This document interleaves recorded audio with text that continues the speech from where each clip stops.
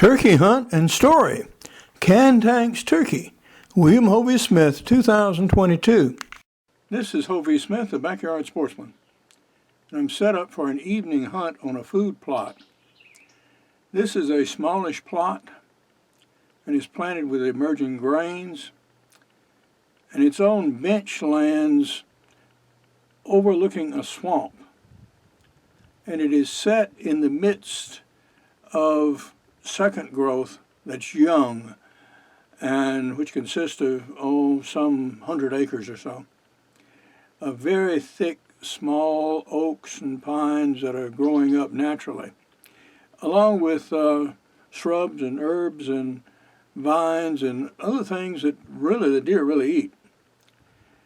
So this is a good area for both deer and turkey. Now, as usual, when I come here and deer hunt, I see turkeys. And when I come here and turkey hunt, I see deer. Well, that's just the way of it. But we are set up here for the evening, and I'll show you the spread in just a little bit. But before we get started, and before I have to shut up, I wanted to tell you the tale of Cantank turkey, which is interesting. Val Forget was the founder of Navy Arms Company and one of the real pioneers in reintroducing muzzleloading into the United States. He, along with Turner Kirkling, were responsible for bringing in and having made in Europe large numbers of replica muzzleloading guns. Previous to this, if you were going to hunt with a muzzleloader, well, you pretty well had to hunt with an original gun because there was nothing else available. Well, that's always possible, but it's expensive and you risk damaging the gun and so on. And not many people had access to these original guns, at least not at a price that they thought they could afford. So, I visited Navy Arms and I saw Val, and I bought a Navy Arms Company 45 caliber flintlock Kentucky rifle from him. This is not an elaborately decorated gun, and you'll see a picture of it in a moment. But it is a flintlock, and it was from a good maker, and I bought this with a specific idea of using it as a combination small game, big game gun. That is, I could take deer with 45 caliber muzzleloaders, and I could also shoot things like squirrels without it beating them up all to pieces. Most people think otherwise, but that's not true. You can shoot squirrels very successfully with 45 caliber guns. Still have something to eat. Well, we took it out, and I was having trouble with it, quite frankly. And finally, we did get everything to function, and I call it Cantank because I consider it cantankerous. I had taken it out, and it had deer in front of it, and it had failed to fire. Well, we worked on the gun, we worked on the flint, and so on, and we got it where it was reliable again. I consider when I can take 5 squirrels in a row without a miss, then it's ready to go for deer hunting, and I had. So, Cantank was ready to go.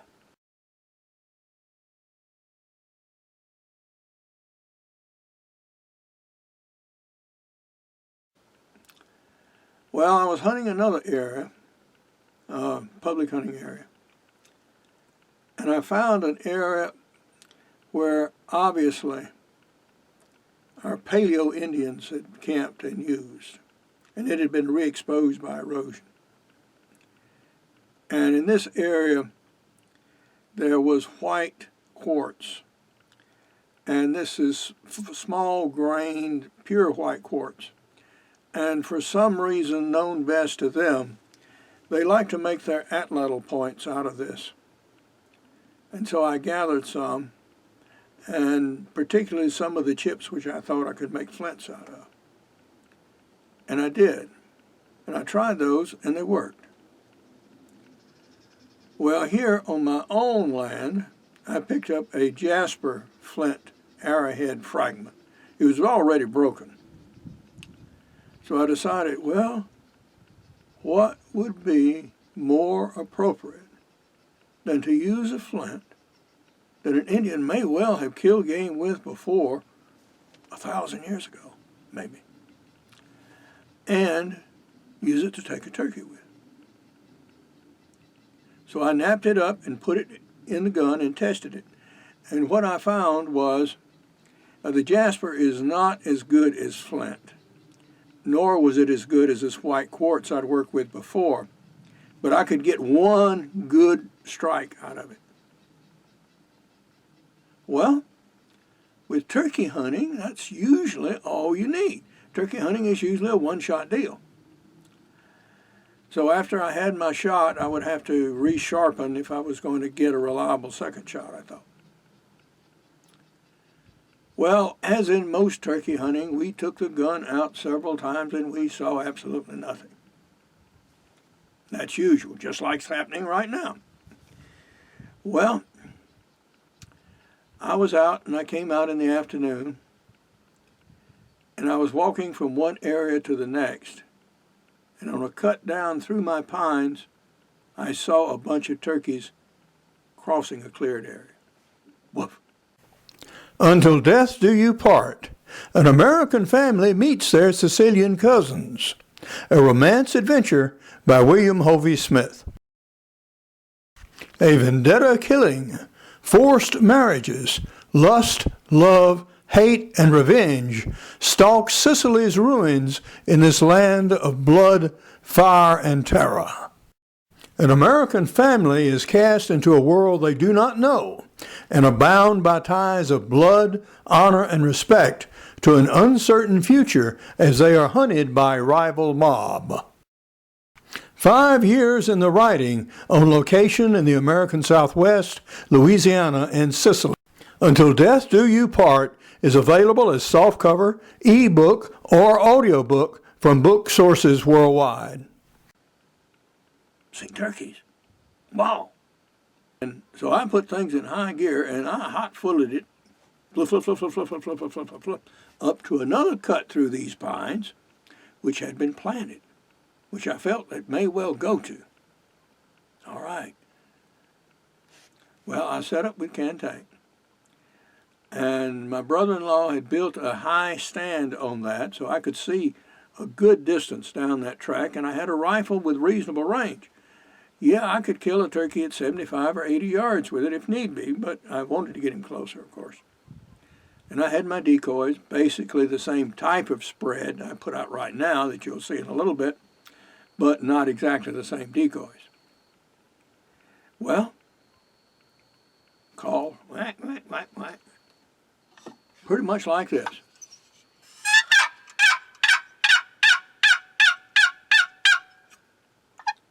That's a loud, raucous call meant to attract turkeys from a distance. Gobble, gobble. Wow. I think that was the first gobble I had had responding to my calls all season long, and I had hunted at least 8 or 10 times by that time. So, got a little more cautious.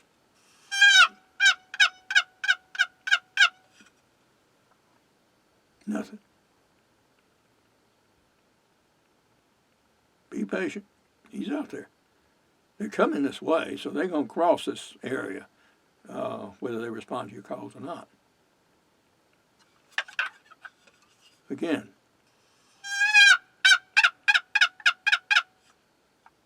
Gobble, gobble. He was coming. This is thick stuff. It's not quite as thick as you will see in a second here at this food plot, but it's pretty thick. So it was taking the turkeys a time to work through it, but they were coming. They found a deer trail, and undoubtedly they were walking along it. So I sat and patiently waited.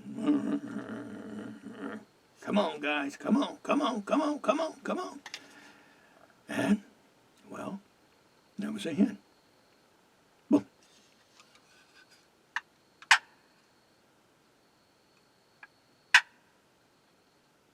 And she replied back.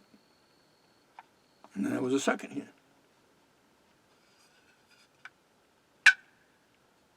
And she clucked back. All right, I had clucking hens. But where was the tom? He was probably bringing up the rear, I thought. So we shut up. Tromp, tromp, tromp, tromp, tromp. Saw the hens feed out in the plots, and they were moving out nicely, and it actually looked like they might even be coming my way a little bit. So I gave them another call, softer than the locator call I'd used. And sure enough, gobble, gobble. He was not visible yet, but he was closer. He was coming. And what seemed to be an inordinately long time, he finally did appear at the edge of the food plot. And he was about 90 yards away. Well, needed to get the whole mess of them closer than that. Maybe by the time he got in range, the hens would be right abreast of me in the stand. Cocked the gun, put it out the window, got ready. Just propped it up there and did a little more calling. He came. Not fast, but he could see the decoys, I think. And he wanted one of them. All right. So he was coming. Had to be patient. He would display a little bit, and then he'd walk, stop, turn around, display a little bit, walk, left, right, finally. But the net effect was he was approaching. If I just was patient and let him come, he would be in certainly sure range. And in due time, he did arrive at about 35 yards. Well, by this time, I had two hens right over here to my left. They were exactly opposite me, but I was in an elevated stand. I was in the trees, and they didn't see me. But the gun was already cocked. So I slowly started squeezing the trigger. Well, some of my guns have set triggers, and they go off with just a touch. This one, the Kentucky rifle, was meant for utility and not for show. And this particular one, as I remember, didn't have a set trigger. But at any rate, we started pulling on the trigger. I had to make sure with all the feathers, as he was fluffed up like this, he was fluffed up like a bushel basket. And where I placed that shot was beneath all this fluff of feathers and into the body where it would actually kill it. I have shot turkeys before that just passed through the feathers and left a graze on his back. Well, I wanted to do better than that with this one. No, I was not going to try to get fancy and do a headshot at 30 yards, although the gun was capable of it. If I get too few turkeys, I wanted a dead bird. So I aimed for the body, I aimed for the junction of the leg and the body, and a little bit up, and pull the trigger. Yep. Flop, flop, flop, flop, flop, flop, flop, flop, flop. Dead turkey. So me and that long ago dead Indian, we had our turkey. I can't say if he was successful or not in getting whatever game he might have shot that arrow at. But since it was broken, I think it's possible that maybe he did, and I did. So we did a link with our distant past, and Cantank had its turkey.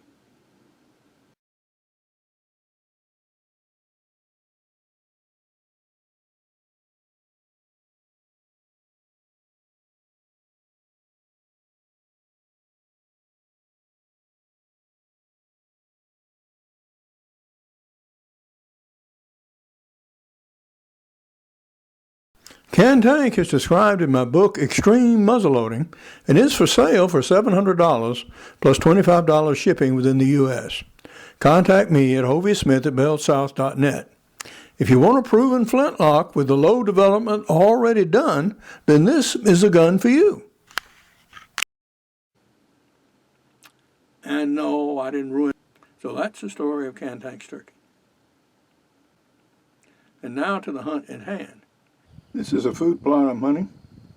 It's a small plot. And you can see my decoys out there. There's the fan, my traveling set. A little bush immediately in front of the blind. Now another decoy. And the third. And you can see how thick the brush is. This is second growth, small oak tree saplings really, and mixed pine and other stuff, including trees that drop fruit that these turkeys enjoy eating. So yeah, this is a good area for turkey. If you manage land for deer and wild game, you always want to keep a portion of it in this sort of state of growth, because this is where they really feed and bed down. Well, the shadows are getting long and the sun is getting low and we're pulling out. Almost immediately after I recorded this, a pack of coyotes had a chase that was very close to me. I could not see them, but they were apparently at least 6, running something and giving cry as they ran. This is a reason that I do not walk out of my woods in the dark and carry a .45 Colt Auto with me while I turkey hunt.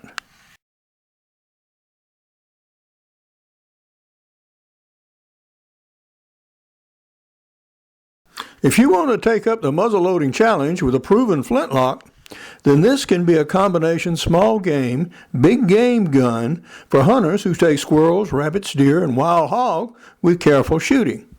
For more information on my books, blogs, and more than 800 videos, go to my website, hoviesmith.com. To find out about my acclaimed business books, including Make Your Own Job, Anytime, Anywhere, at any age, CreateYourOwnJobSecurity.com. To discover how my novel, screenplay, and movie project, Until Death Do You Part, is coming along, go to bloodties.net. I have an ongoing Kickstarter project that ends April 29 to finance a printing and hardcover edition of Make Your Own Job and its distribution to schools, libraries, and aid organizations servicing the world's refugee population. To support this project, go to the link below. Hunt what you eat and eat what you hunt. Goodbye, and God bless.